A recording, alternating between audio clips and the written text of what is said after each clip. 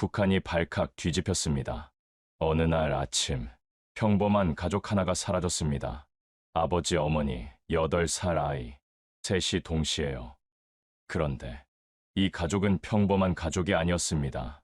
그 아버지는 20년 동안 김정은의 바로 뒤에서 몸을 지키던 사람이었습니다. 지도자가 어디서 자는지, 어디로 이동하는지, 어떤 길로 움직이는지 북한에서 그걸 아는 사람이 몇 명이나 되겠습니까? 그 중 한 명이 사라진 겁니다. 보위부가 즉시 움직였습니다. 전국에 수배가 내려졌습니다. 그런데 이 남자, 왜 사라진 걸까요? 20년 동안 목숨 걸고 지킨 나라를 왜 버린 걸까요?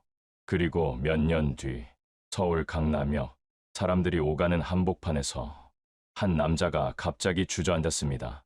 소리도 없이 울고 있었습니다. 그는 말했습니다. 나는 20년 동안 거짓말을 믿고 살았습니다. 김정은의 경호원이었던 이 남자에게 도대체 무슨 일이 있었던 걸까요? 지금부터 그 이야기를 들려드리겠습니다. 어디에서 듣고 계신지 댓글로 남겨주시면 한 분 한 분 인사드리겠습니다. 구독과 좋아요도 부탁드립니다. 그 모든 것은 이렇게 시작되었습니다. 1986년 평양. 저는 평양에서 태어났습니다. 아버지는 당 간부였습니다. 어머니는 학교 선생님이었어요. 북한에서 집안 성분이 좋다는 건 단순히 먹고 사는 문제가 아닙니다. 어느 학교를 가는지, 어느 직장을 배치받는지, 심지어 누구와 결혼할 수 있는지까지 성분이 전부 결정합니다. 저는 운 좋게 출발선이 좋은 쪽이었어요. 그 시절 평양은 지방과는 많이 달랐습니다. 배급도 그나마 나왔고 거리도 정돈돼 있었어요. 물론 지금 생각하면 보여주기 위한 것이었지만 당시에는 그냥 그게 세상의 전부인 줄 알았습니다. 아버지는 엄하셨지만 자랑스러운 분이었어요. 어머니는 늘 반듯하게 차려입고 학교에 가셨습니다. 저는 그런 집안의 아들로 별 의심 없이 자랐어요. 학교 가는 길에 이웃 아주머니들이 인사를 건네면 당 간부 댁 아들이라고 했습니다. 그 말이 어릴 때는 그냥 그러려니 했는데 크면서 그게 얼마나 큰 보호막인지 알게 됐어요. 북한에서 성분이 나쁜 집 아이들은 달랐거든요. 아무리 공부를 잘해도, 아무리 체격이 좋아도 기회 자체가 주어지지 않았습니다. 저는 그 보호막 안에서 자랐어요. 그리고 17이 되던 해였습니다. 학교에서 수업을 듣던 중 담임 선생님이 저를 따로 불렀어요. 체격이 좋고 눈빛이 흔들리지 않는다고 했습니다. 며칠 뒤 군복 차림의 사람들이 집으로 찾아왔어요. 아버지와 한참 이야기를 나누더니 이렇게 말했습니다. 특별 선발입니다. 그게 무슨 말인지 그때는 잘 몰랐어요. 나라에서 뽑아준다는데 좋은 일인가 보다 했습니다. 아버지는 표정 하나 안 바꾸셨어요. 어머니는 그날 밤 조용히 옷을 챙겨주셨습니다. 말없이요. 지금 생각하면 어머니는 알고 계셨던 것 같아요. 이게 어떤 길인지를요. 근데 그때 저는 몰랐습니다. 평양 외곽훈련소로 보내졌습니다. 처음 그곳에 모인 인원이 100명이었습니다. 전국 각지에서 성분 좋고 체격 좋고 눈빛 흔들리지 않는 사람들만 추려서 모은 거였어요. 훈련이 시작됐습니다. 처음 한 달은 그냥 체력이었어요. 달리고, 엎드리고, 일어서고, 잠은 4시간도 못 잤습니다. 밥은 먹었는데 먹고 나면 바로 또 뛰었어요. 중간에 쓰러지는 사람이 생겼습니다. 말없이 사라졌어요. 어디로 갔는지 묻는 사람도 없었습니다. 그냥 없어진 거예요. 2달이 지나자 60명이 됐습니다. 넉 달이 지나자 30명이 됐어요. 그리고 6달이 지났습니다. 남은 사람이 12명이었어요. 100명 중에 12명.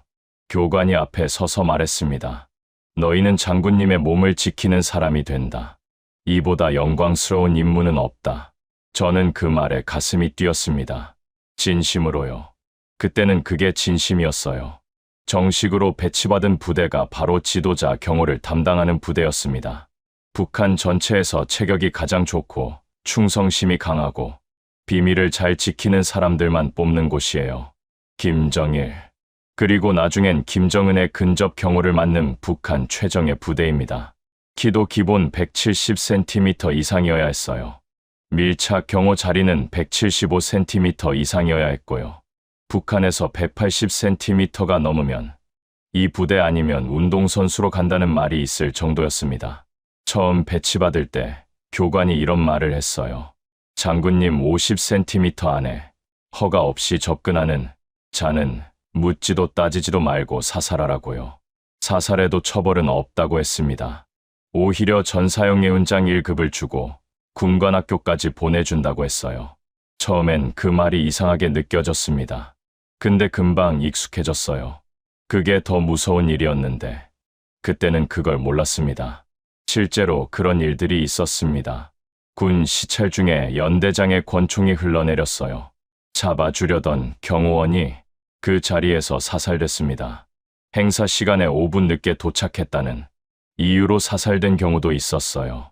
물건을 건네받으려다 무기로 오인돼 사살된 경우도 있었고요. 심지어 같은 부대 신참이 구역을 헷갈려서 들어왔는데 그것도 그냥 사살했습니다. 확인 없이 접근하면 무조건이에요. 그게 이 부대의 규칙이었습니다. 처음 배치된 곳이 원산 특각이었어요. 특각이라는 말 들어보셨습니까? 북한말로 특별 별장이라는 뜻인데요. 김정일, 김정은이 계절마다 돌아가며 머무는 초호화 별장입니다. 전국에 여러 곳에서 있어요. 전문가들은 이 별장 시설에 막대한 자금이 들어갔을 것으로 분석한다 하네요. 원산 특각에 처음 발을 들였을 때 솔직히 말씀드리면 입이 벌어졌습니다. 경호원으로서 절대 표정을 드러내면 안 되는데 그 순간만큼은 어쩔 수가 없었어요. 별장 하나를 지키는 경호 인원이 8개 중대 수천 명 규모의 경호 인력이 배치되어 있었습니다. 고작 별장 하나에 연대급 병력이 배치되어 있는 겁니다. 시설은 말로 표현하기가 어렵습니다. 연회장이 있고 수영장이 있고 승마장이 있고 볼링장에 농구장까지 있었어요. 낚시터도 있었습니다. 선착장에는 크기별로 유람선이 4척이었어요. 50m, 55m, 60m, 80m짜리가 각각 있었습니다. 저는 그걸 보면서 이렇게 생각했어요. 장군님이 이렇게 잘 사시는 걸 보니 우리나라가 그래도 잘 돌아가고 있구나. 어머니가 드시던 옥수수죽은 나라가 어려운 시기라 잠깐 그런 거구나. 그렇게 믿었어요. 그게 얼마나 어리석은 생각인지 그때는 정말 몰랐습니다. 경호 근무는 24시간 교대로 돌아갔습니다. 겨울에 영하 20도 아래로 내려가도 초소를 뜰 수 없었어요. 발이 얼어서 감각이 없어도 눈이 쌓여 시야가 막혀도 자리를 지켜야 했습니다. 화장실도 교대 시간에만 갈 수 있었고요. 그러던 어느 날 밤이었습니다. 순찰을 돌다가 우연히 창고 문이 열려 있는 걸 봤어요. 안을 들여다봤더니 선반마다 외국 물건들이 가득 쌓여 있었습니다. 포장지에 영어도 있고 일본어도 있었어요. 술병, 과자, 냉동식품, 어머니가 평생 한 번도 보신 적 없을 것들이었습니다. 그리고 한쪽 구석에 쌀 포대가 있었어요. 가까이 다가갔습니다. 포대에 한글이 적혀 있었는데 북한 글씨가 아니었어요. 잠옷 생김새 자체가 달랐습니다. 저는 손가락으로 그 글자를 한번 짚어봤어요. 뭔가가 머릿속을 스쳤지만 정확히 뭔지는 몰랐습니다. 저는 고개를 돌리고 다시 초소로 돌아갔어요. 경호원은 보는 것도 생각하는 것도 입 밖에 내는 것도 안 됩니다. 그저 서 있어야 합니다. 그날 밤 오래 잠을 못 잤습니다. 그 쌀 포대에 적힌 낯선 글씨가 눈에서 지워지지 않았어요. 어디서 온 쌀인지, 그날 창고에서 본 쌀 포대, 그 낯선 글씨가 머릿속에서 사라지지 않았습니다. 하지만 그걸 의심할 여유가 없었어요. 경호 부대에서 받은 훈련이 몸에 깊이 남아 있었습니다. 훈련은 단순한 군사훈련이 아니었습니다. 인간을 부수는 훈련이었어요. 하루 18시간, 총기훈련, 격투훈련, 사격훈련, 체력훈련, 쉬는 시간이 없었습니다. 먹는 시간도 정해져 있었어요. 밥 먹다가 호루라기 불면 수저를 내려놓고 뛰어야 했습니다. 밤에 자다가도 불시에 호출이 왔어요. 기상 나팔도 없이 교관이 방문을 발로 차고 들어오면 30초 안에 완전 군장을 갖추고 나가야 했습니다. 못 나가는 사람은 그냥 두고 갔어요. 그리고 그 사람은 다음 날부터 보이지 않았습니다. 어디 갔냐고 묻는 사람은 없었어요. 그게 이 부대의 규칙이었습니다. 그 모든 훈련 중에서 교관들이 가장 강조한 것이 있었어요. 지도자를 위해 죽을 준비. 총을 잘 쏘는 것보다, 격투를 잘하는 것보다, 지도자를 위해 몸을 던지는 것. 그게 이 부대의 존재 이유였습니다. 교관이 매일 아침 외치게 했어요. 나는 장군님의 방패다. 나는 장군님보다 먼저 죽는다. 그것이 영광이다. 처음엔 그냥 구호인 줄 알았어요. 외우면 되는 말인 줄 알았습니다. 근데 반복하다 보면 이상한 일이 생겨요. 몸이 먼저 믿기 시작합니다. 머리로 납득하기 전에 몸이 먼저 반응하게 돼요. 그게 훈련의 목적이었습니다. 생각하지 않고 움직이는 사람을 만드는 거였어요. 어르신들, 그 나이에 그런 환경에 놓이면 어떻게 되는지 아십니까? 17, 18, 19. 판단력이 완성되기도 전에 몸이 먼저 세뇌가 됩니다. 무섭지요. 그렇게 훈련을 버텼습니다. 12명 중에서도 끝까지 버텼어요.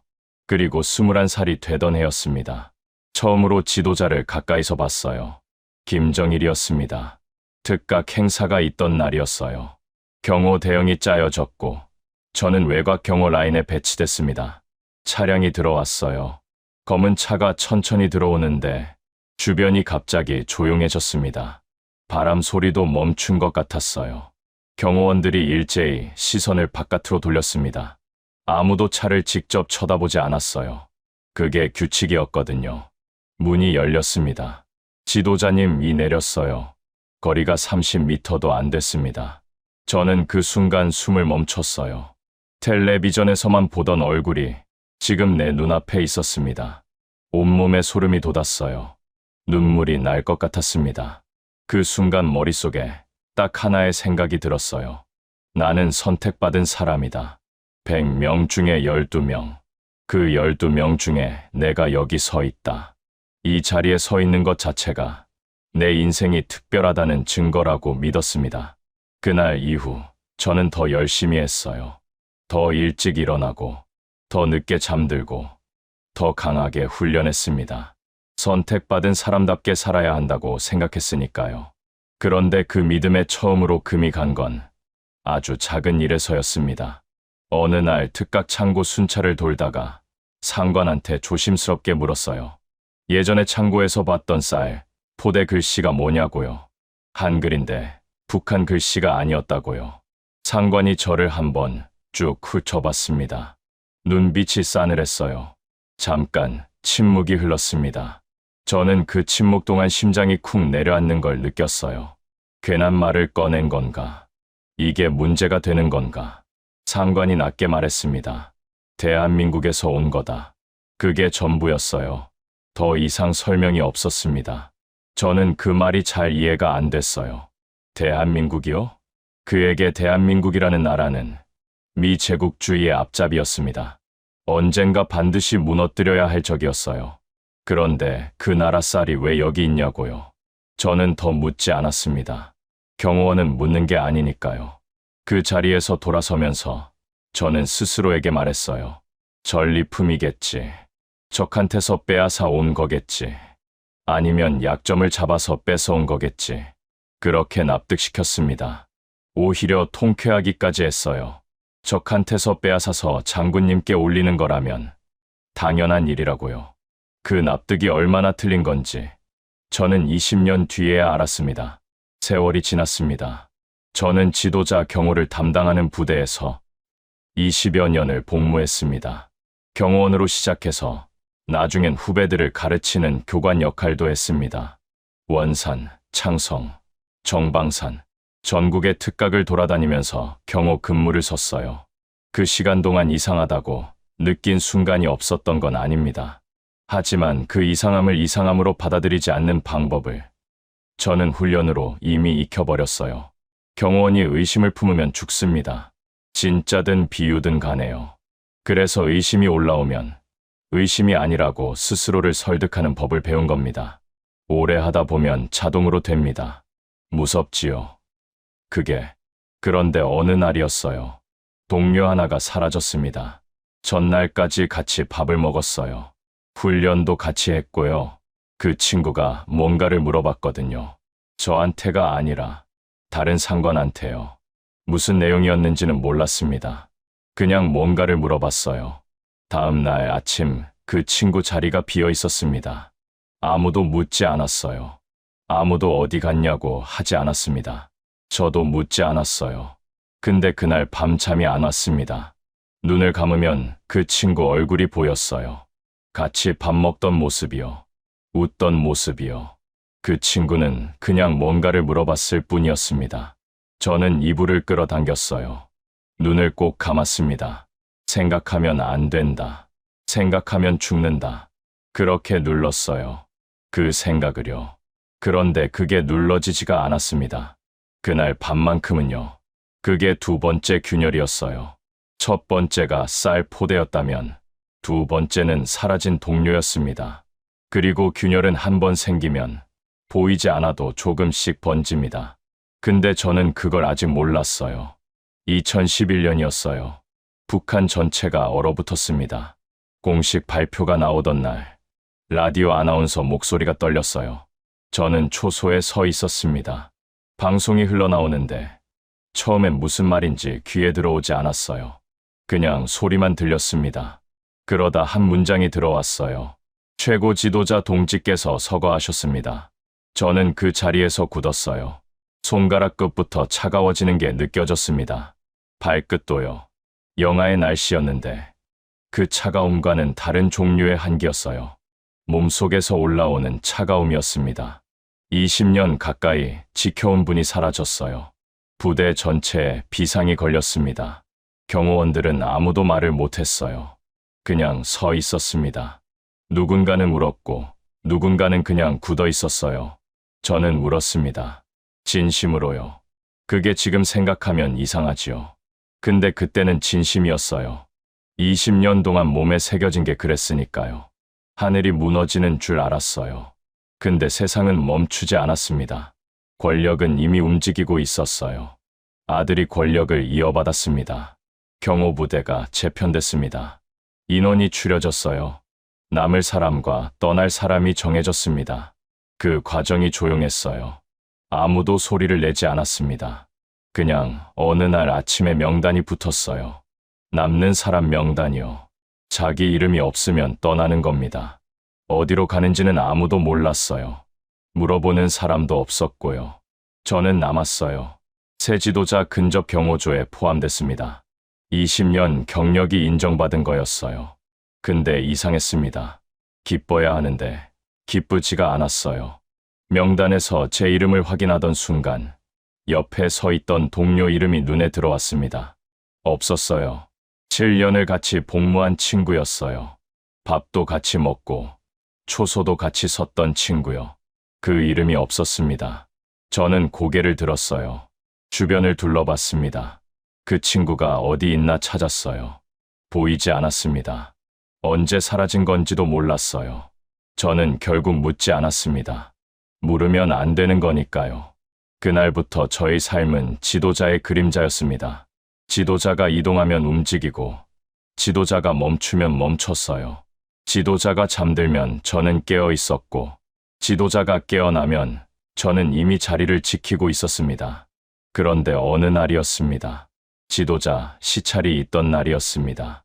저는 경호 라인에 배치되어 있었습니다. 차량이 멈추고 경호 대형이 짜였습니다. 그리고 지도자가 앞으로 걸어나갔습니다. 그때였습니다. 한 군인이 대형 바깥에서 뭔가를 들고 앞으로 나왔어요. 선물이었습니다. 부대에서 준비한 기념품 같은 거였어요. 저는 그 순간 몸이 먼저 반응했습니다. 손이 허리춤으로 갔어요. 20년 훈련이 그렇게 만들어놨으니까요. 근데 제 옆에 서 있던 선임이 더 빨랐습니다. 총성이 한 발 났어요. 군인이 쓰러졌습니다. 선물이 바닥에 떨어졌어요. 주변이 순식간에 정리됐습니다. 저는 그 자리에서 대형을 유지하고 서 있었습니다. 표정을 유지했어요. 훈련받은 대로요. 근데 속이 달랐습니다. 그 군인이 뭘 들고 있었는지 저는 봤어요. 선물이었습니다. 그냥 선물이었어요. 무기가 아니었습니다. 그냥 선물이었습니다. 그날 밤 저는 오래 잠을 못 잤어요. 눈을 감으면 그 군인이 보였습니다. 쓰러지던 모습이요. 선물이 바닥에 떨어지던 모습이요. 처음으로 이런 생각이 들었어요. 저 자리가 나였을 수도 있다고요. 그냥 단순 기념품을 들고 나온 게요. 저는 이불을 끌어당기고 누웠어요. 눈을 꼭 감았습니다. 생각하면 안 된다. 생각하면 죽는다. 그렇게 눌렀어요. 그런데 눌러지지가 않았습니다. 그리고 얼마 지나지 않아 전역을 하게 됐어요. 부대에서 나와서 처음으로 평범한 사람으로 살게 됐습니다. 청진으로 돌아갔어요. 처음 며칠은 어리벙벙했습니다. 부대 안에서만 20년을 살았으니까요. 아침에 점호 소리가 없으니까 어색하고 밤에 보초를 서지 않으니까 잠이 안 왔어요. 뭔가 해야 할 것 같은데 할 게 없는 느낌이었습니다. 전역하고 나서 살림이 빠르게 기울었어요. 군대 복무 시절엔 배급이 나왔습니다. 먹는 거, 입는 거, 잠자는 것이 다 해결됐어요. 돈 걱정을 해본 적이 없었습니다. 근데 민간인이 되고 나니까 달랐어요. 배급은 끊겼고 장마당 물가는 올라 있었고 아내가 몸이 좋지 않았습니다. 아내가 배가 아프다고 했어요. 처음엔 그냥 체한 거라고 생각했습니다. 근데 한 달이 지나도 낫질 않았어요. 청진 병원에 데려갔더니 검사를 받으라고 했습니다. 어르신들, 북한 병원이 무상이라고요. 현실은 달라요. 의사한테 따로 돈을 쥐어줘야 제대로 봐줍니다. 약도 장마당에서 따로 사야 해요. 돈이 필요했습니다. 어떻게든 돈을 구해서 아내 치료를 했어요. 큰 병은 아니었습니다. 다행이었어요. 근데 그걸 해결하고 나니까 이번엔 아이 학교 문제가 생겼습니다. 아들이 8살이었어요. 북한 학교도 뇌물이 있어요. 담임 선생님한테 정기적으로 뭔가를 갖다 줘야 아이가 제대로 대접을 받습니다. 안 갖다 주면 아이가 청소 당번을 맞거나 발표 기회를 못 받거나 직접적으로 뭘 하는 게 아니라 그냥 조금씩 소외시키는 거예요. 아이가 집에 와서 학교가 재미없다고 했습니다. 저는 그 이유를 알고 있었어요. 근데 아이한테 말할 수가 없었습니다. 20년을 나라를 위해 봉사했는데 내 아이 하나 제대로 학교 보내는 게 이렇게 힘든 겁니까? 그날 밤 저는 혼자 마당에 나가 앉았어요. 하늘을 올려다봤습니다. 별이 많았어요. 청진 하늘은 원래 별이 많습니다. 전기가 없으니까요. 불빛이 없으니까 별이 잘 보이는 거예요. 저는 그 별들을 보면서 생각했어요. 총 들고 20년을 서 있었습니다. 영하 20도 칼바람 속에서도 초소를 지켰어요. 장군님의 방패가 되는 것이 영광이라고 믿었습니다. 근데 지금 내 아이는 학교에서 눈치를 받고 있습니다. 내 아내는 병원비가 없어서 치료를 미뤘어요. 나는 오늘 밥을 제대로 못 먹었습니다. 이게 선택받은 사람의 삶입니까? 그 무렵이었어요. 브로커가 조심스럽게 말을 꺼냈습니다. 일이 하나 있는데 관심 있냐고요. 남쪽에 가고 싶어 하는 사람들. 루트를 잡아주는 거라고 했어요. 돈이 됩니다. 한 번에 적게는 수백만 원이에요. 저는 그 자리에서 바로 대답을 안 했습니다. 20년간 훈련받은 몸이 먼저 반응했어요. 이건 위험한 일이다. 잡히면 끝이다. 근데 동시에 다른 생각도 왔어요. 내가 아는 국경 지형, 순찰 패턴, 경비 교대 시간, 그 모든 게 복무 시절에 익힌 거였습니다. 누구보다 잘 알고 있었어요. 이틀을 고민했습니다. 그리고 하겠다고 했어요. 첫 번째 일은 단순했어요. 사람을 두만강 근처까지 안내하는 거였습니다. 직접 강을 건너는 건 아니고 국경 지역까지 데려다 주는 거였어요. 저는 그 일을 했습니다. 떨렸어요. 솔직히요. 20년 동안 이런 사람들을 막는 쪽에 있었는데 이제 반대편에 서 있는 거잖아요. 그날 밤 아무 일 없이 끝났어요. 돈이 들어왔습니다. 저는 그 돈으로 아들 학교 선생님한테 줄 거 샀어요. 아내 약도 샀습니다. 남은 걸로 쌀을 샀어요. 어머니, 드리려고요. 어머니가 밥을 한 숟가락 드시더니 맛있다고 하셨어요. 저는 웃었습니다. 근데 이상한 웃음이었어요. 그 일을 몇 번 더 했습니다. 한 번, 두 번, 세 번. 할 때마다 조금씩 더 깊이 들어갔어요. 처음엔 안내만 했는데 나중엔 루트를 직접 짜게 됐습니다. 군복무 시절에서 배운 것들이 이쪽에서 쓰이고 있었어요. 그러면서 보위부 감시가 조여오기 시작했습니다. 직접적인 건 아니었어요. 처음엔 그냥 느낌이었습니다. 어딜 가도 누군가 있는 것 같은 느낌. 연락책에 한 명씩 연락이 끊기는 것. 브로커가 갑자기 몸을 낮추는 것. 보통 사람이라면 그냥 지나쳤을 신호들이었습니다. 하지만 저는 경호 부대에서 20년 가까이 복무했습니다.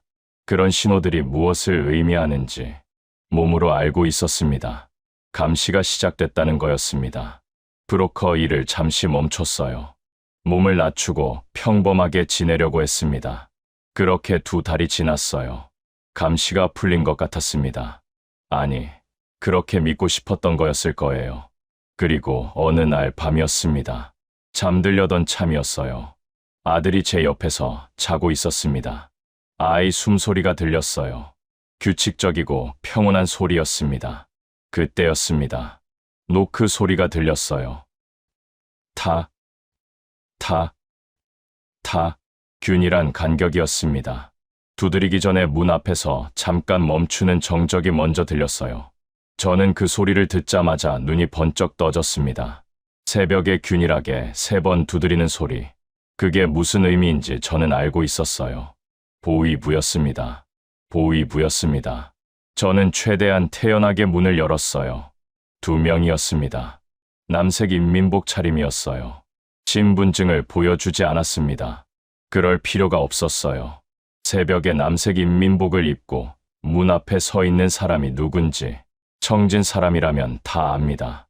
들어오겠다고 하더군요. 저는 비켜섰습니다. 방 안으로 들어온 2 사람이 천천히 둘러봤어요. 말이 없었습니다. 그 침묵이 몇 초였는지 모르겠어요. 저한테는 몇 분처럼 느껴졌습니다. 한 명이 아들 방 쪽을 봤어요. 커튼이 쳐져 있었습니다. 안에서 아이 숨소리가 들렸어요. 규칙적이고 평온한 소리였습니다. 그 사람이 커튼 쪽을 보는 순간 저는 심장이 멈추는 것 같았어요. 그 사람이 커튼에서 시선을 걷었습니다. 그리고 소파에 앉았어요. 앉으시죠. 저는 맞은편에 앉았습니다. 그 사람들이 이런저런 말을 했어요. 요즘 어떻게 지내냐고, 아는 사람들은 잘 있냐고, 전역하고 나서 생활이 어떠냐고. 질문이 아니라는 걸 저는 알았어요. 전부 다 탐색이었습니다. 제가 어디까지 알고 있는지, 누구와 접촉하고 있는지, 말의 표면 밑에서 그걸 재고 있는 거였어요. 저는 아무것도 모른다는 표정을 유지했습니다. 군부대에서 20년 동안 훈련받은 게 그 순간 써먹혔어요. 감정을 안 드러내는 훈련, 상대방이 원하는 답을 찾아내는 훈련. 저는 그 사람들이 뭘 원하는지 파악하면서 그것만 딱 내어주는 방식으로 대답했습니다. 적당히 순종적이고 적당히 무지한 척하면서요. 1시간쯤 지나서 그 사람들이 일어났어요. 가면서 한마디 남겼습니다. 조심하고 살라고. 문이 닫혔어요. 저는 그 자리에서 한동안 움직이지 못했습니다. 등에서 식은땀이 흐르고 있었어요. 다리가 약간 떨렸습니다. 아들이 자는 방 쪽을 봤어요. 커튼 사이로 아이의 숨소리가 들렸습니다. 아직 자고 있었어요. 이번엔 넘겼습니다. 하지만 저는 알고 있었어요. 다음엔 없다는 걸. 보위부가 한번 들여다봤다는 건 이미 뭔가를 알고 있다는 겁니다. 조심하고 살라는 말은 경고예요.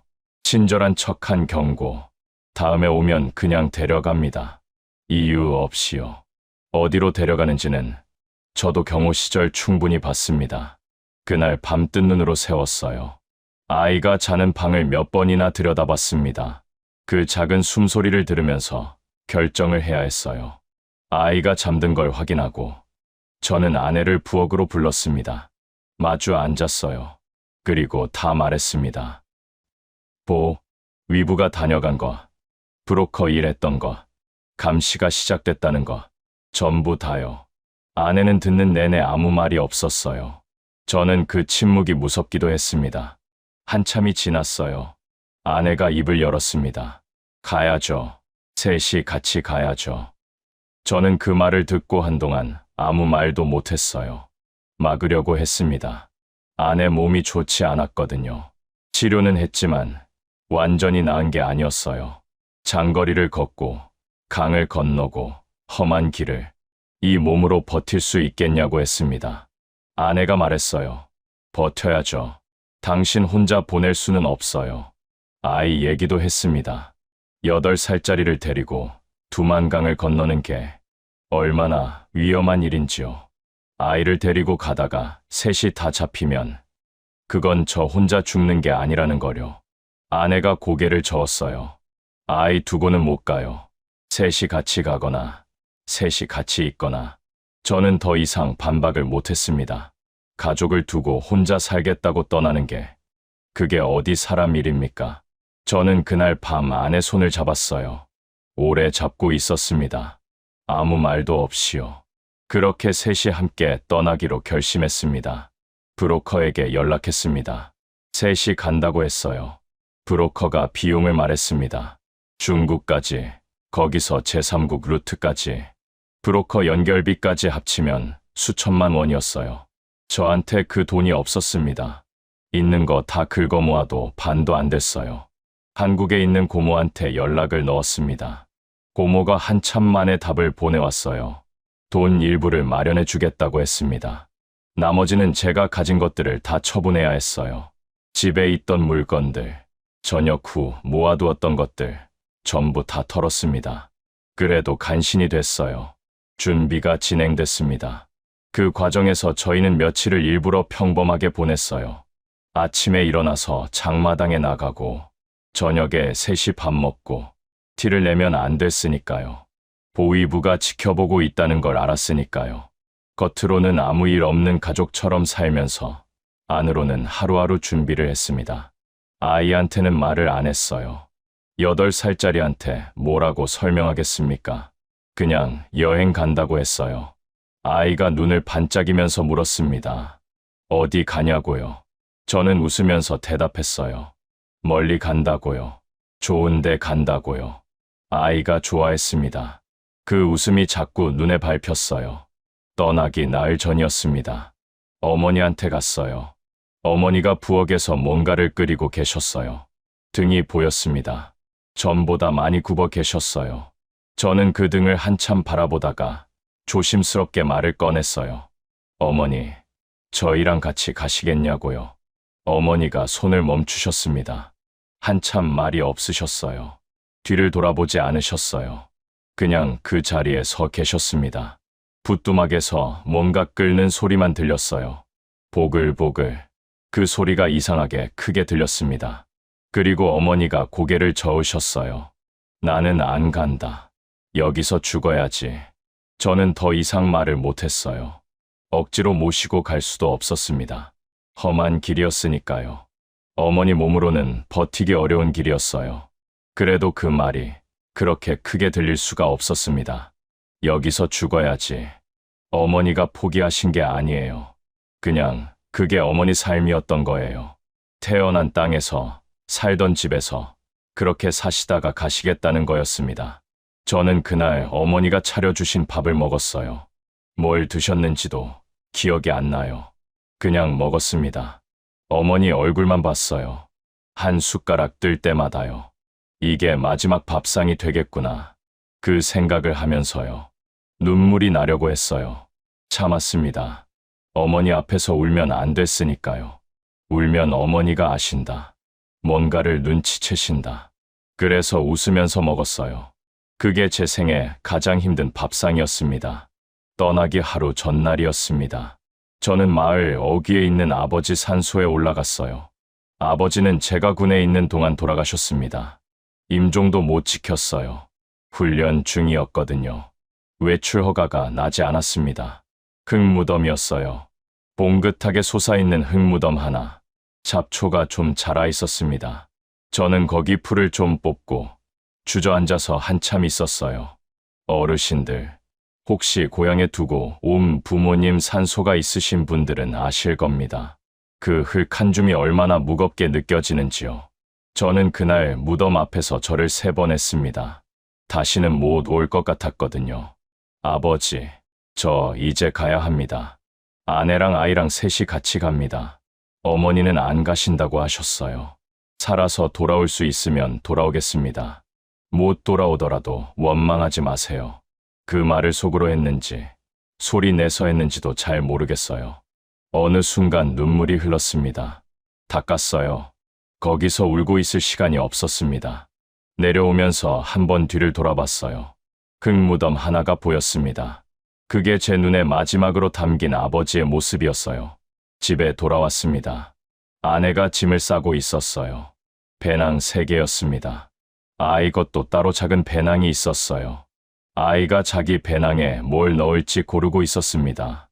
장난감 하나를 들고 저한테 물었어요. 이거 가져가도 되냐고요. 저는 웃으면서 고개를 끄덕였습니다. 아이가 좋아했어요. 저는 그 모습을 한참 바라봤습니다. 아이는 여행 가는 줄만 알고 있었어요. 신나는 표정이었습니다. 그게 너무 미안했어요. 어디로 가는지, 얼마나 험한 길인지 아이는 아무것도 몰랐으니까요. 밥을 다 먹고 아이가 잠들었습니다. 저는 아이 옆에 한참 앉아 있었어요. 자는 얼굴이요. 숨을 쉬고 가끔 입을 달싹이고 눈꺼풀이 파르르 떨리는 그 얼굴을요. 아내가 조용히 말했어요. 꼭 셋이 살아서 나가야 해요. 저는 고개를 끄덕였습니다. 꼭 그래야 했어요. 동이 트기 전에 일어났습니다. 배낭 3개, 아이를 깨웠어요. 잠에서 덜 깬 눈으로 일어나더니 이제 여행 가냐고 물었습니다. 저는 웃으면서 그래, 이제 간다고 했어요. 아이가 작은 배낭을 메고 일어섰습니다. 그 모습이 그렇게 대견하고 그렇게 미안할 수가 없었어요. 문을 열고 나갔습니다. 어두운 골목을 셋이 걸어 나갔어요. 다시 돌아보지 말자. 돌아보면 못 간다. 그래서 안 돌아봤습니다. 셋이 걸었어요. 계속 걸었어요. 청진에서 두만강 국경 지역까지 이동하는 것부터가 이미 위험했습니다. 검문소가 몇 군데 있거든요. 저는 군에서 배운 대로 가능한 한 사람이 없는 시간대, 없는 길을 골랐습니다.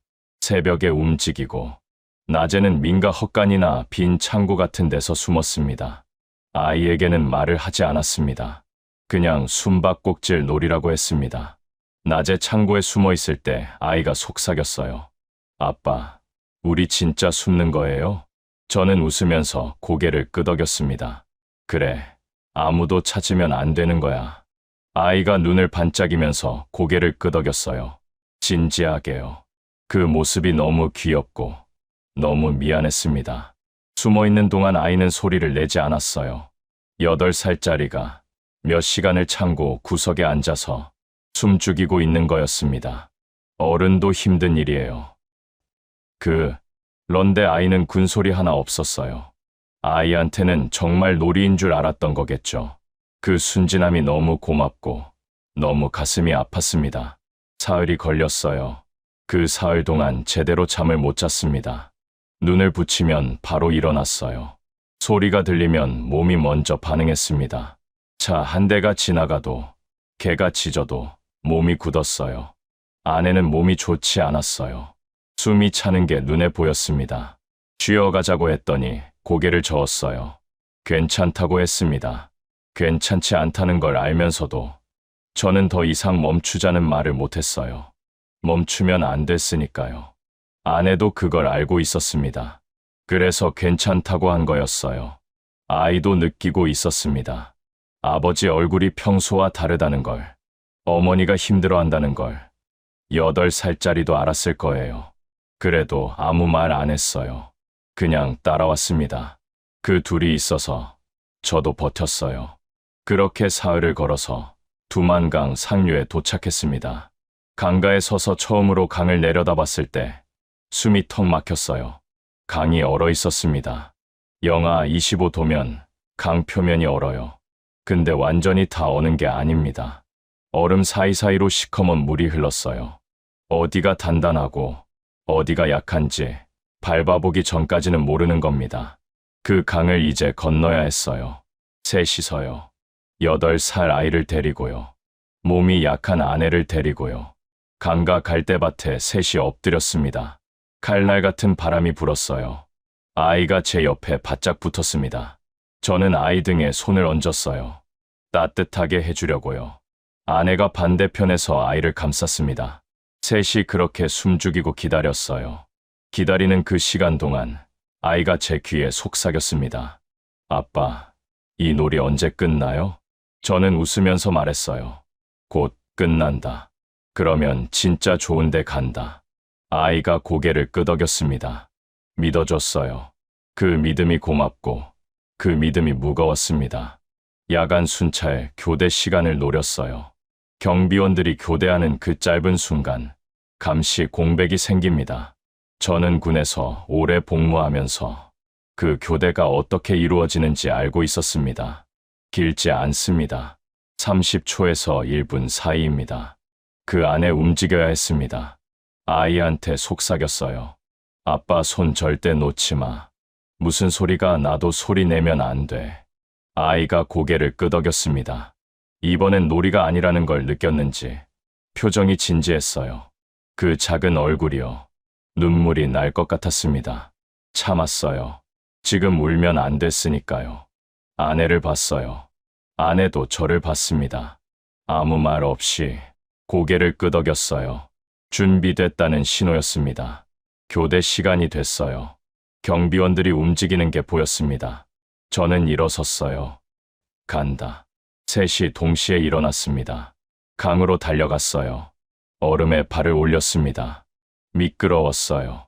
아이 손을 꽉 잡았습니다. 아내 손도 잡았어요. 셋이 손을 잡고 들어갔습니다. 얼음이 삐걱거렸어요. 그 소리가 어찌나 크게 들리던지요.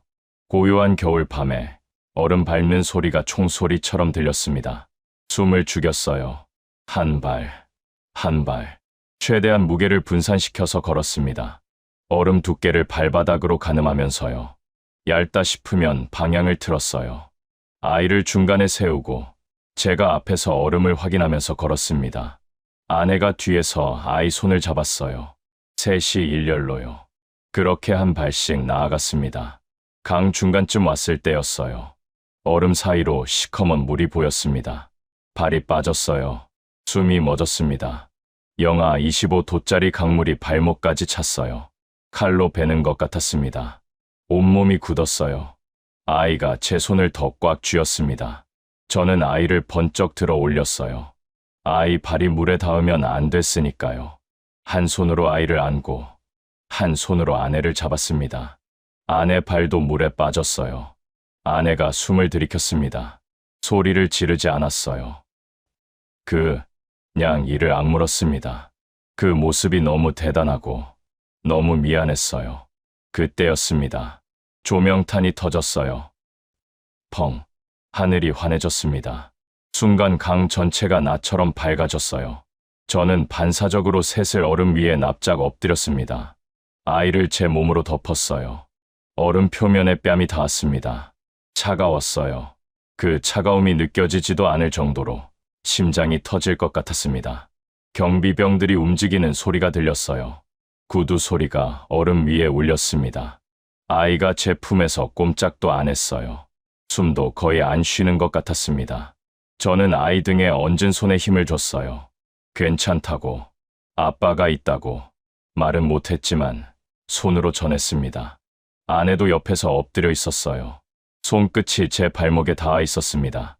살아있다는 신호였어요. 저는 그 손끝을 느끼면서 숨을 참았습니다. 얼마나 지났을까요? 1분이었는지 5분이었는지 모르겠어요. 그 시간 동안 저는 숨을 반쯤만 쉬었습니다. 심장 소리가 너무 커서 경비병들한테 들릴 것 같았어요. 진짜로요. 그 정도로 심장이 뛰었습니다. 조명이 서서히 사그라들었어요. 경비병 소리도 멀어졌습니다. 저는 고개를 들었어요. 아내를 봤습니다. 입술이 파랗게 질려 있었어요. 그래도 눈빛은 흔들리지 않았습니다. 저는 고개를 까딱했어요. 간다는 신호였습니다. 아내가 고개를 끄덕였어요. 다시 일어났습니다. 얼음 사이로 몸을 밀어 넣었어요. 물은 숨이 멎을 만큼 차가웠습니다. 그래도 뒤돌아보지 않았어요. 앞만 봤습니다. 중국 강가 쪽만요. 아이를 안은 팔이 떨렸어요. 다리 감각이 없었습니다.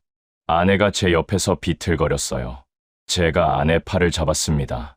셋이 그렇게 서로를 붙잡고 한 발 나아갔어요. 그렇게 건넜습니다. 중국 강가에 발이 닿는 순간 감격이 올 줄 알았어요. 그런데 그게 아니었습니다. 더 두려웠어요. 북한 땅을 벗어난 그 순간부터 저희는 아무런 보호도 없는 사람들이 된 거니까요. 아이를 강둑에 내려놨습니다. 아이 발이 중국 땅에 닿았어요. 아이가 저를 올려다봤습니다. 아빠, 다 건넌 거예요? 저는 웃으면서 고개를 끄덕였습니다. 다 건넜어. 아이가 그제야 미소를 지었습니다. 그 웃음을 보는 순간 눈물이 왈칵 쏟아질 것 같았어요. 참았습니다. 아직 안심할 수 없었으니까요. 강둑을 기어올랐어요. 아내가 무릎으로 짚어가면서 올라왔습니다. 제가 손을 잡아당겼어요. 강둑 위로 올라서는 순간 아내 다리가 풀렸습니다. 그 자리에 주저앉았어요. 저도 옆에 주저앉았습니다. 아이도 그 사이에 끼어 앉았어요. 셋이 젖은 채로 차가운 중국 땅에 앉아 있었습니다. 옷에서 냉기가 올라왔어요. 이가 딱딱 부딪혔습니다. 그래도 셋이 함께였어요.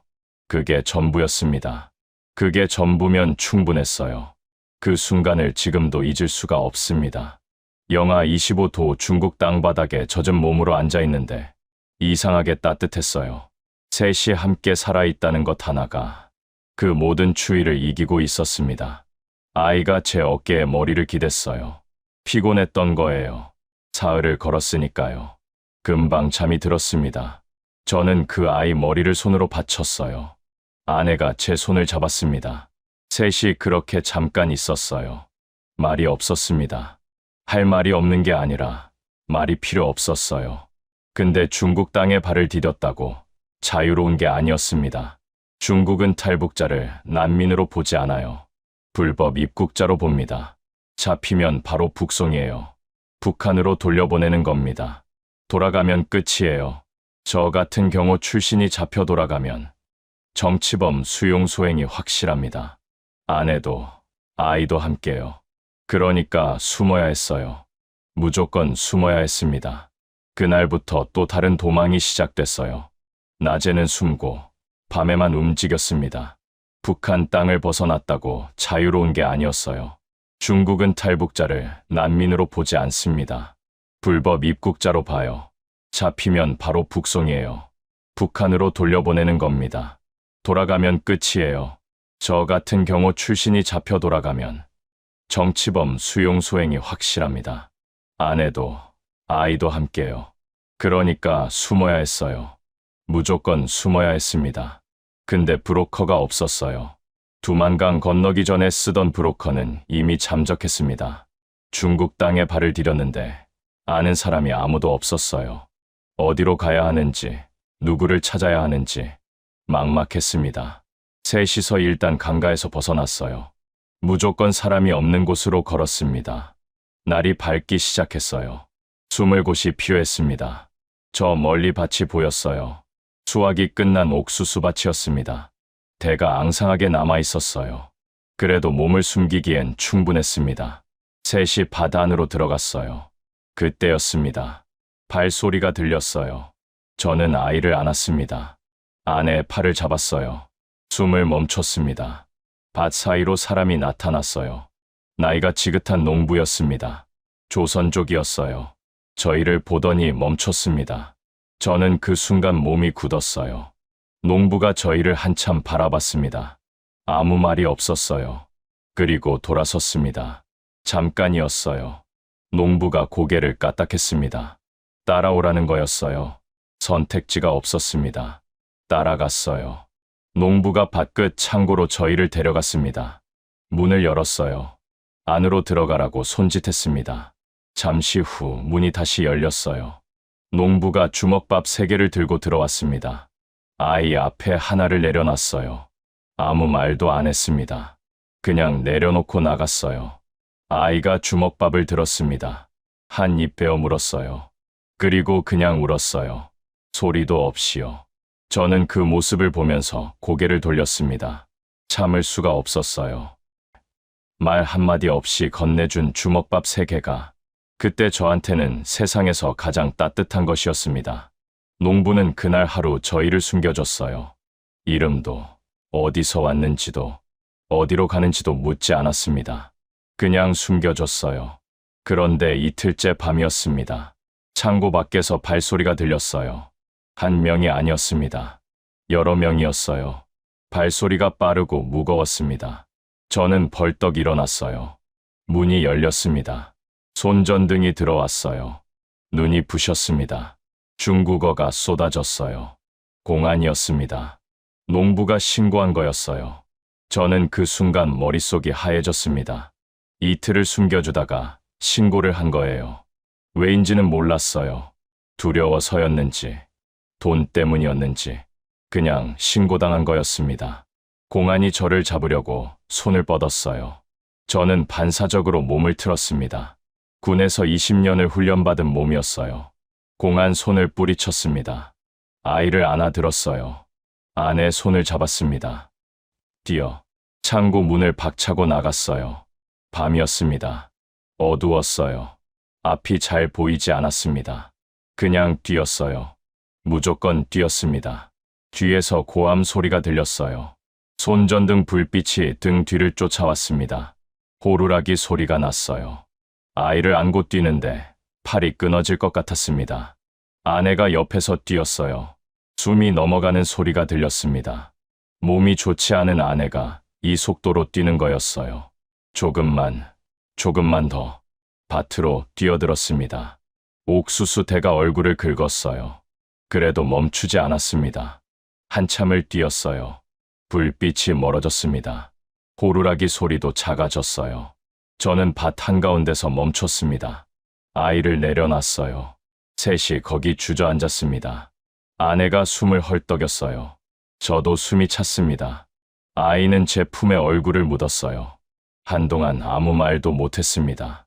그렇게 또 이틀을 숨어 다녔어요. 먹지 못했습니다. 물도 제대로 못 마셨어요. 아내 얼굴이 점점 창백해졌습니다. 아이도 기운이 없었어요. 저도 다리가 풀렸습니다. 그러다 큰 길가에서 트럭 한 대가 멈췄어요. 기사가 내려다봤습니다. 중국 사람이었어요. 40대 남자였습니다. 저희 꼴을 보더니 뭔가를 중국어로 말했어요. 무슨 말인지 몰랐습니다. 저는 손짓을 했어요. 태워달라는 거였습니다. 기사가 잠깐 생각하더니 짐칸을 가리켰어요. 돈을 원하는 거였습니다. 가진 게 별로 없었어요. 있는 걸 다 꺼냈습니다. 기사가 보더니 고개를 끄덕였어요. 짐칸에 탔습니다. 냄새가 심했어요. 뭘 실어 나르는 트럭인지 모르겠지만 비린내가 났습니다. 어두웠어요. 셋이 짐 사이에 끼어 앉았습니다. 트럭이 움직였어요. 아이가 제 품에 기댔습니다. 금방 잠이 들었어요. 저는 그 아이 얼굴을 어두운 짐칸에서 바라봤습니다. 아무것도 안 보였어요. 그냥 손으로 얼굴을 더듬었습니다. 살아있었어요. 그것만으로 충분했습니다. 한참을 달리다가 트럭이 멈췄어요. 기사가 짐칸 문을 열었습니다. 내리라고 했어요. 허름한 동네였습니다. 기사가 골목 안쪽을 가리켰어요. 뭔가를 말했는데 알아듣지 못했습니다. 그냥 가리키는 방향으로 걸어갔어요. 골목 끝에 작은 건물이 있었습니다. 십자가가 달려 있었어요. 교회였습니다. 문을 두드렸습니다. 한참 만에 문이 열렸어요. 한국 사람이 나왔습니다. 40대 남자였어요. 선교사였습니다. 저희를 보더니 말했어요. 들어오세요. 그 말 한마디에 아내가 그 자리에서 주저앉았습니다. 다리에 힘이 풀린 거였어요. 저도 옆에 같이 주저앉았습니다. 선교사가 조용히 기다려줬어요. 어르신들. 그 짧은 기다림이 얼마나 고마웠는지 모릅니다. 빨리 들어오라고 재촉하지 않았어요. 그냥 옆에 서 있었습니다. 안으로 들어갔어요. 따뜻했습니다. 난방이 됐어요. 북한에서 나온 뒤로 처음으로 따뜻한 실내였습니다. 아이가 들어오자마자 바닥에 누웠어요. 그 자리에서 잠이 들었습니다. 신발도 못 벗고요. 선교사가 음식을 가져왔어요. 뜨거운 국이었습니다. 저는 그 국을 한 숟가락 떴어요. 뜨거웠습니다. 혀가 되었어요. 그래도 멈출 수가 없었습니다. 선교사는 저희가 어디서 왔는지 물어보지 않았어요. 어디로 가는지도 묻지 않았습니다. 그냥 먹으라고 했어요. 며칠을 그 교회에서 쉬었습니다. 아내가 많이 나아졌어요. 아이도 기운을 차렸습니다. 그리고 떠나기 전날 밤이었어요. 선교사가 저를 따로 불렀습니다. 종이 한 장을 내밀었어요. 이름과 번호가 적혀 있었습니다. 라오스에 가면 이 사람 찾아요. 믿을 수 있는 사람이에요. 라오스였습니다. 거기서 메콩강을 건너면 태국이에요. 태국에 한국 영사관이 있었습니다. 저는 그 종이를 접어서 품에 넣었어요. 선교사 손을 잡았습니다. 선교사가 말했어요. 꼭 살아서 도착하세요. 저는 고개를 끄덕였습니다. 꼭 그래야 했어요. 그렇게 또 길을 떠났습니다. 셋이서요. 이번엔 라오스를 향해서요. 그리고 그 끝에 있는 메콩강을 향해서요. 두만강을 건넌 것처럼 메콩강도 건너야 했습니다. 근데 두만강과 메콩강은 달랐어요. 두만강은 얼음이었습니다. 메콩강은 달랐어요. 열대의 강이었습니다. 탁하고 넓고 빠른 강이었어요. 그 강이 저희 앞에 기다리고 있었습니다. 라오스 국경을 넘는 길은 산길이었습니다. 낮에는 더웠어요. 북한에서 출발할 때 영하 25도였는데 여기는 한낮에 30도가 넘었습니다. 몸이 적응이 안 됐어요. 두만강에서 얼어붙었던 몸이 이번엔 땀으로 젖었습니다. 아내가 더 힘들어했어요. 추위에 지쳐있던 몸이 더위까지 맞으니까요. 걸음이 느려졌습니다. 숨이 찼어요. 쉬어가자고 했더니 고개를 저었습니다. 괜찮아요. 가요. 괜찮지 않다는 걸 알면서도 저는 더 이상 멈추자는 말을 못했어요. 선교사가 연결해준 브로커가 앞에서 이끌었습니다. 말이 없는 사람이었어요. 그냥 걸었습니다. 뒤를 돌아보지도 않았어요. 따라오라는 듯이요. 저는 아이 손을 잡고 뒤따랐습니다. 아내는 제 팔꿈치를 잡았어요. 셋이 그렇게 걸었습니다. 산을 넘으면서 한 번 아이가 넘어졌어요. 무릎이 까졌습니다. 울 것 같았는데 울지 않았어요. 저를 올려다보더니 말했습니다. 아빠, 나 괜찮아요? 계속 가요. 8살짜리가요. 저는 그 말이 귓속에 박혔습니다. 한참이 지나도 그 말이 떠나질 않았어요. 아이가 아버지를 걱정하고 있었던 거예요. 자기가 넘어진 것보다 아버지가 멈출까봐 더 걱정했던 거였습니다. 그 말 하나가 산길 내내 저를 걷게 했어요. 라오스를 지나면서 브로커가 또 바뀌었습니다. 새로운 사람이 저희를 받았어요. 말이 통하지 않았습니다. 손짓 발짓으로 따라오라는 걸 알았어요. 그냥 따라갔습니다. 믿을 수밖에 없었으니까요. 낯선 나라의 낯선 사람을 따라가는 일이 그렇게 무서울 수가 없었어요. 아는 사람도 없고 갈 곳도 모르는 곳에서 브로커 하나만이 유일한 줄이었습니다. 근데 아이는 달랐어요. 가는 곳마다 신기한 게 있었습니다. 음식이 다르고 언어가 다르고 사람들 얼굴이 달랐어요. 아빠, 저 음식 뭐예요? 아빠, 저 사람들은 왜 저렇게 말해요? 아빠, 여기 나무가 왜 이렇게 커요? 질문이 끝이 없었습니다. 저는 아이 질문에 대답하면서 잠깐씩 두려움을 잊었어요. 아이가 저를 살려주고 있었던 겁니다. 그리고 마침내 메콩강에 도착했습니다. 강가에 서서 강을 내려다봤어요. 두만강과 달랐습니다. 두만강은 좁고 얼어 있었어요. 차갑고 고요했습니다. 근데 메콩강은 달랐어요. 넓었습니다. 탁한 황토색 물이 빠르게 흘렀어요. 강 건너편이 아득하게 보였습니다. 저편이 태국이었어요. 브로커가 낡은 나무배를 가져왔습니다. 배를 보는 순간 아내가 제 손을 꽉 잡았어요. 저도 꽉 잡았습니다. 밤이 될 때까지 기다렸어요. 강가 수풀 속에 셋이 앉아서요. 모기가 많았습니다. 아이 팔에 모기가 앉아도 소리를 지르면 안 됐어요. 아이가 모기를 손으로 탁 잡았습니다. 저를 보면서 눈을 찡긋했어요. 저는 웃었습니다. 그 웃음이 나오는 게 신기했어요. 이런 상황에서요. 밤이 됐습니다. 브로커가 신호를 줬어요. 배에 탔습니다. 나무배는 작았어요. 넷이 타니까 물이 배전까지 찼습니다. 삐걱거렸어요. 브로커가 노를 저었습니다. 강물이 빠르게 흘렀어요. 배가 흔들렸습니다. 저는 아이를 꼭 안았어요. 아내는 배전을 두 손으로 잡았습니다. 물이 손에 닿았어요. 차갑지 않았습니다. 두만강과 달리 미지근했어요. 근데 그게 더 무서웠습니다. 빠른 물살이 배를 흔들었어요. 아이가 속삭였습니다. 아빠, 우리 이번에도 이기는 거예요? 저는 아이를 더 꽉 안았어요. 그래, 이번에도 이기는 거야. 강 중간쯤 왔을 때였습니다. 저 멀리서 불빛이 보였어요.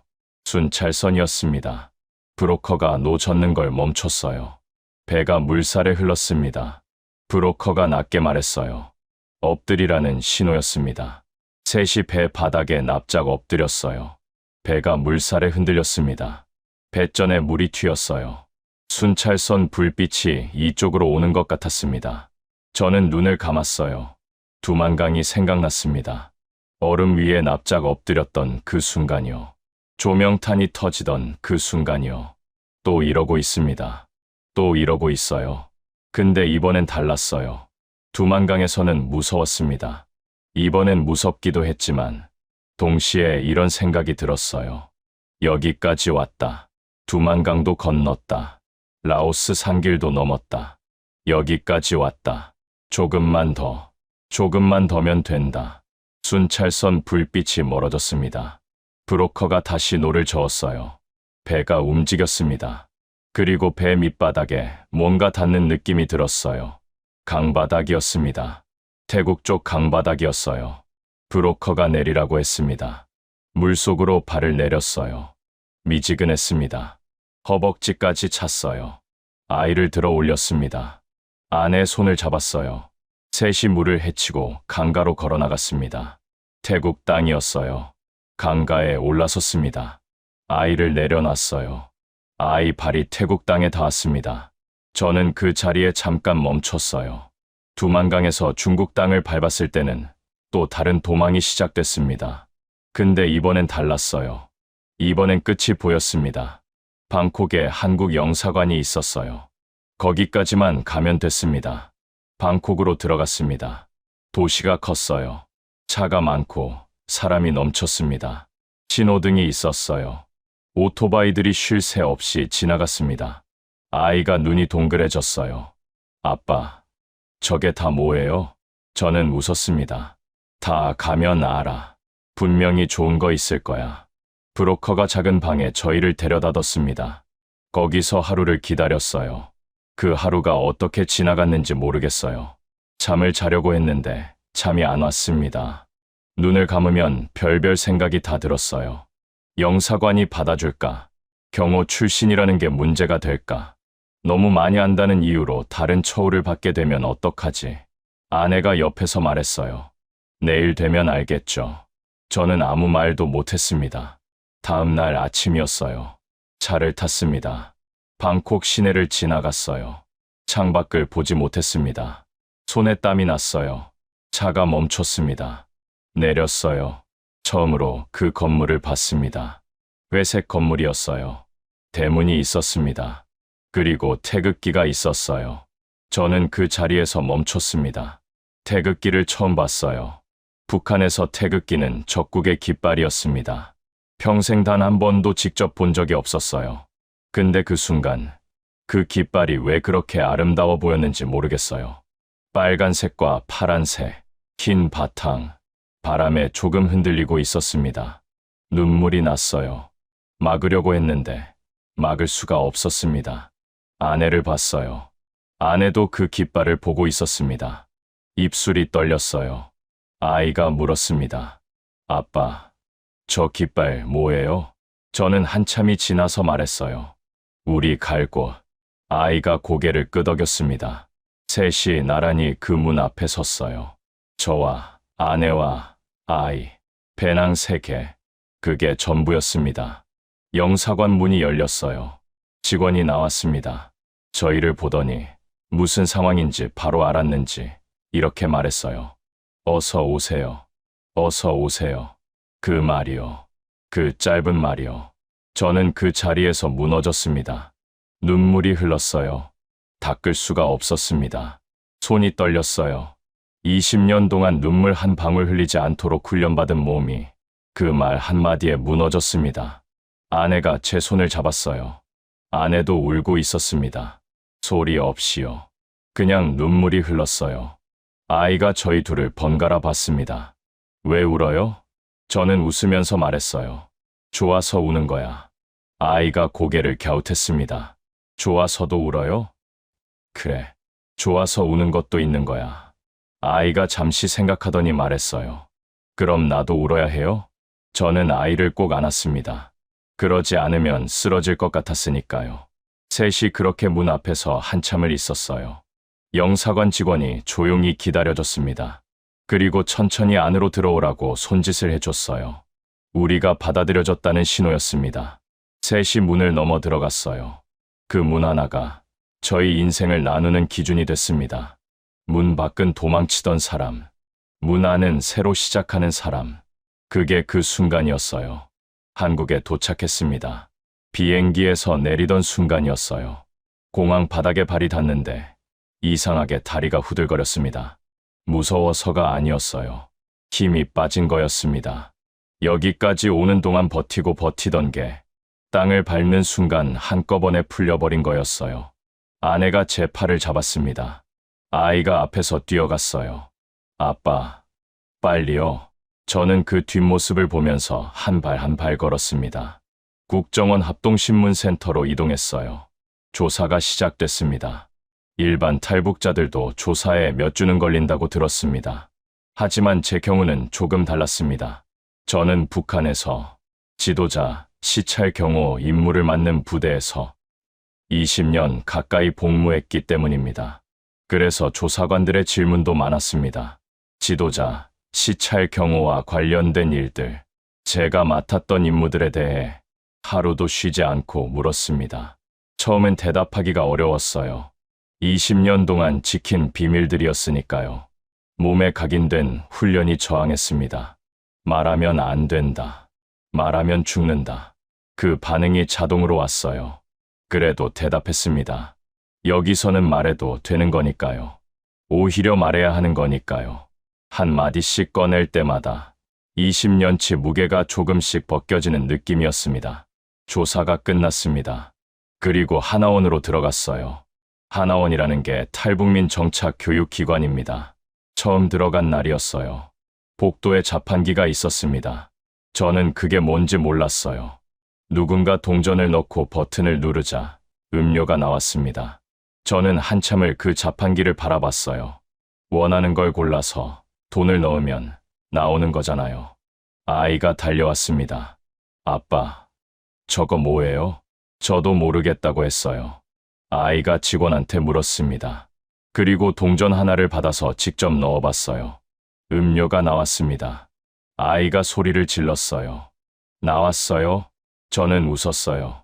근데 눈물이 날 것 같았습니다. 그 뒤로 교통카드 사용법을 배우는 시간이 있었어요. 선생님이 카드를 하나씩 나눠줬습니다. 이걸 찍으면 버스를 탈 수 있다고 했어요.